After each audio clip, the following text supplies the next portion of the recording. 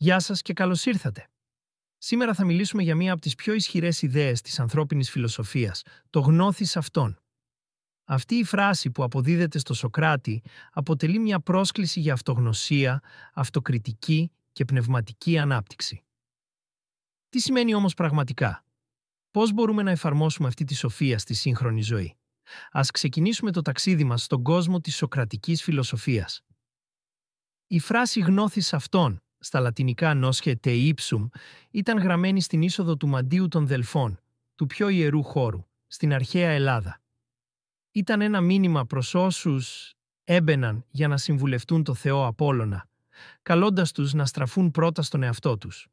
Ο Σωκράτης, ο μεγάλος φιλόσοφος της Αθήνας, υιοθέτησε αυτή τη φράση και την ανέδειξε σε θεμέλιο της φιλοσοφίας του. Για εκείνον, η αυτογνωσία ήταν η βάση για την κατανόηση του κόσμου. Αν δεν γνωρίζουμε τον εαυτό μας, πώς μπορούμε να ζήσουμε σωστά? Η διδασκαλία του Σωκράτη βασιζόταν στον διάλογο. Αντί να δίνει απαντήσεις, έκανε ερωτήσεις.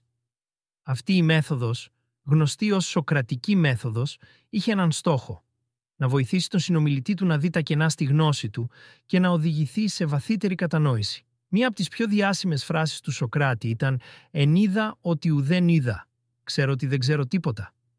Αυτή η φαινομενικά παράδοξη δήλωση κρύβει ένα βαθύ μάθημα.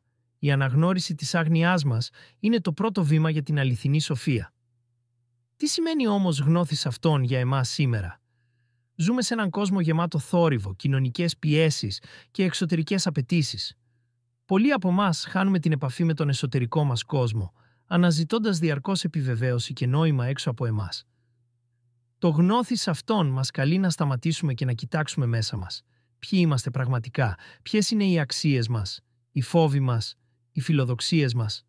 Μόνο μέσα από την αυτογνωσία μπορούμε να πάρουμε αποφάσεις που αντανακλούν τον πραγματικό μας εαυτό.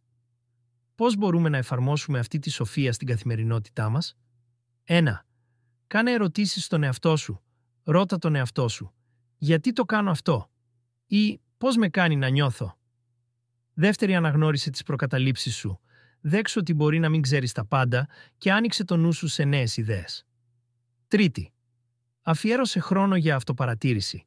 Η ενδοσκόπηση, είτε μέσω διαλογισμού είτε μέσω γραψίματος, μπορεί να σε βοηθήσει να καταλάβεις καλύτερα τον εαυτό σου. Το γνώθις αυτόν δεν είναι απλώς μια φιλοσοφική φράση. Είναι μια πρόκληση να ανακαλύψουμε το βαθύτερο εαυτό μας και να ζήσουμε με αυθεντικότητα. Στον θόρυβο της σύγχρονης ζωής, το μήνυμα του Σωκράτη παραμένει επίκαιρο.